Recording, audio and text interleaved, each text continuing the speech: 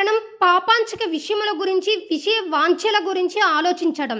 ఈ స్థితి నుండి పతనావస్థకు అంచెలంచెలుగా చేరుకుంటాడు మానవుడు. కానీ మొట్టమొదట అంటే ప్రాపంచిక విషయముల గురించి ఆలోచించేటప్పుడే చిన్న జాగ్రత్త తీసుకొని ఉంటే ఈ పతనావస్థ దాపరించదు అని భగవానుడు అంటున్నాడు. అదేమిటంటే ప్రాపంచిక విషయములు, కామవాంఛలు, విషయ వాంఛలు మానవులను ప్రలోభ పెడతాయి. అది సహజం. ఆ ప్రలోభాలు వచ్చినప్పుడు మానవుడు బుద్ధిని ఉపయోగించి ఆలోచించాలి. ఇది నాకు ఇష్టం, అది నాకు ఇష్టం లేదు, ఇది నాకు చాలా ఇష్టం అనే ఆలోచనలను అదుపులో పెట్టుకోవాలి. ఈ వస్తువు మనకు ఉపయోగపడుతుందా లేదా అన్న విషయం బుద్ధితో ఆలోచించాలి.